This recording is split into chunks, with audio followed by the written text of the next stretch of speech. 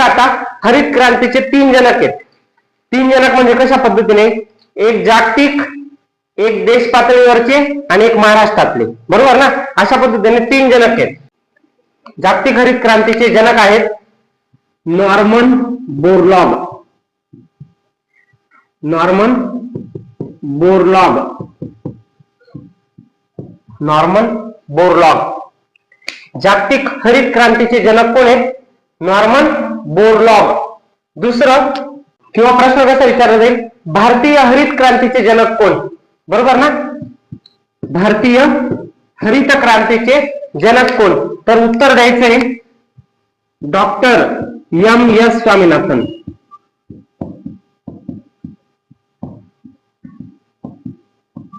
यांना एम.एस. स्वामीनाथन कोणता पुरस्कार मिळाला?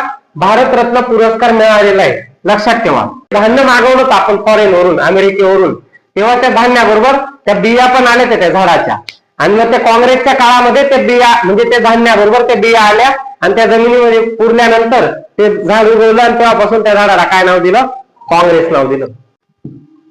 मग कोणत्या योजनेअंतर्गत आपण अन्नधान्य मागवलं होतं अमेरिकेकडून? PL 480.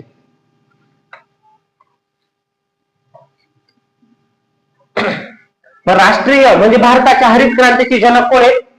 Doctor M S. Swaminathan. 3 point बघितले आपण कृषी या घटकामध्ये. कोणकोणतं? जागतिक हरित क्रांतीचे जनक कोण? Norman Borlaug.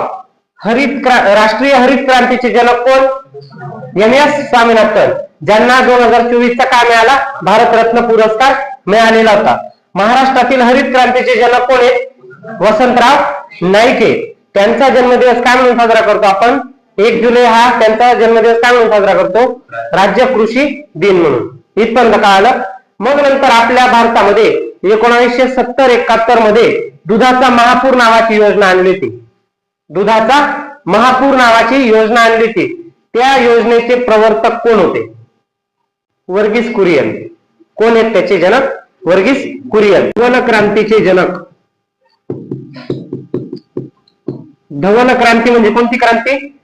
दूध क्रांती, दुग्ध क्रांती. दुग्ध क्रांती, दुग्ध क्रांतीला धवल क्रांती पण म्हणतात किंवा ऑपरेशन फ्लड म्हणतात. ऑपरेशन फ्लड किंवा दुधाचा महापूर. दुधाचा काय? महापूर. त्याचे प्रवर्तक कोण आहेत? वर्गीस कुरियन.